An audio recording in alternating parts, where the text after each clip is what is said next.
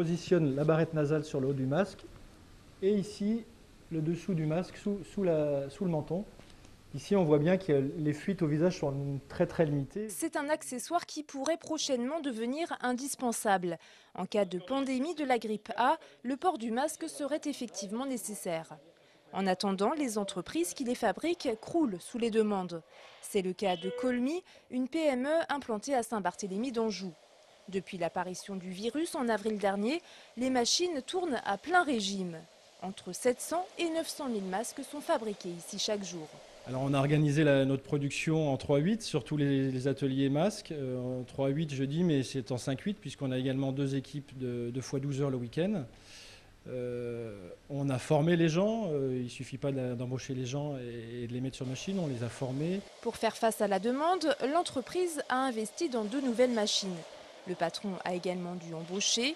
En 2 mois, le nombre d'employés a doublé. Jennifer fait partie de ces nouveaux salariés. J'ai été au moins 3 mois au chômage et là j'ai commencé fin juin. Ça a été difficile de trouver du travail et là je suis vraiment tombée dans une bonne période en plus. Donc voilà, puis c'est assez intéressant, les gens sont sympas et voilà, c'est sympa. La grippe A devrait arriver massivement en France dès l'automne. Selon les estimations les plus pessimistes, près de 20 millions de Français pourraient être touchés par le virus.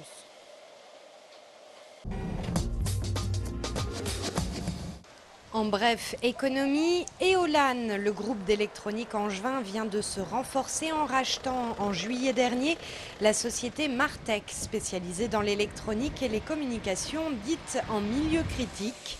Cette opération étoffe les effectifs du groupe dans les domaines de la recherche et du développement. Elle conforte Éolane dans sa position de numéro 1 en France des sociétés de services d'électronique professionnelle.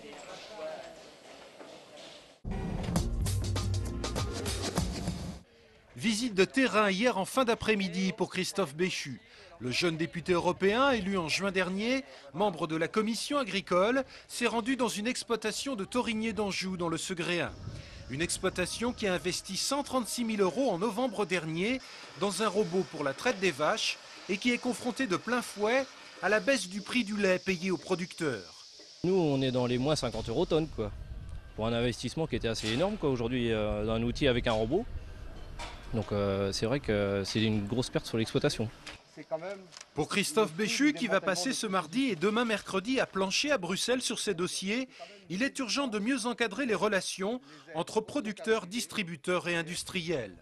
On voit bien qu'on ne peut pas laisser le marché, dans le secteur agricole, déterminer seul ce qui va être le bon prix. Parce que si on laisse les choses se faire de cette manière-là, on risque d'avoir des disparitions d'exploitation et ensuite, ces exploitations ne pourront pas se reconstituer à partir de rien.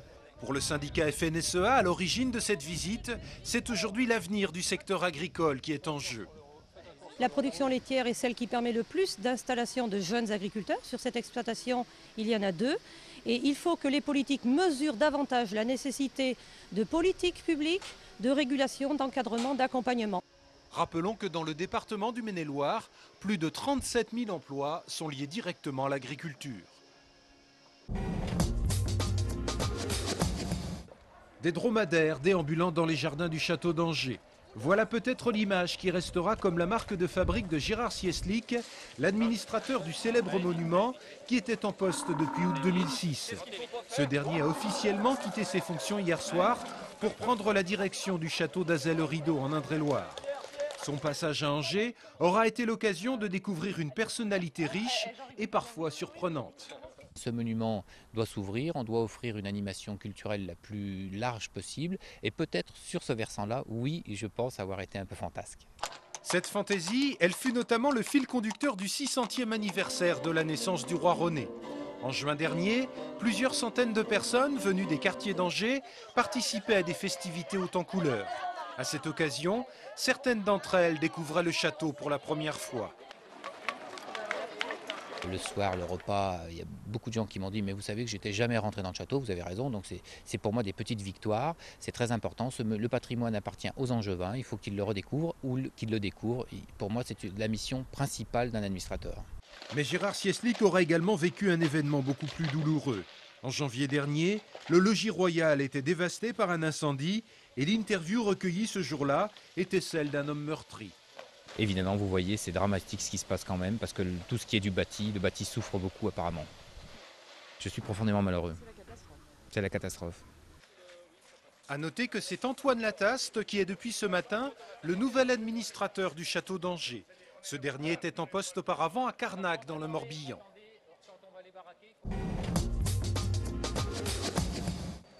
La 5e édition des ateliers de cinéma d'Angers vient de s'achever ce week-end.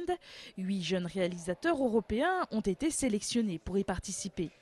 Parmi eux, Joke Lieberg, cette jeune cinéaste, a pu discuter notamment de son projet de premier long métrage avec la directrice des ateliers, Jeanne Moreau. De parler avec quelqu'un face à face de son projet, de son premier long métrage, d'avoir vu ses courts métrages avant de lire le scénario. Bien sûr qu'on arrive à une intimité. Chacun des 8 a un projet formidable.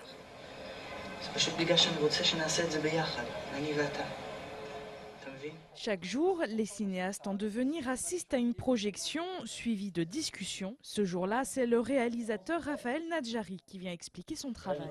Là, c'est un événement anti-déclencheur. Moi, j'ai vu 2 de ces films et je suis intéressée à savoir comment il les a fait. C'est parce que c'est des films qui me quelque part touchent, mais un peu plus ou un peu moins. Mais il y a déjà ça qui est pour moi important. On donne des trajectoires, mais après les gens ils vont suivre leur carte. C'est pas cette transmission, c'est surtout que eux soient eux-mêmes en fait. C'est juste servir leurs propos, leur histoire.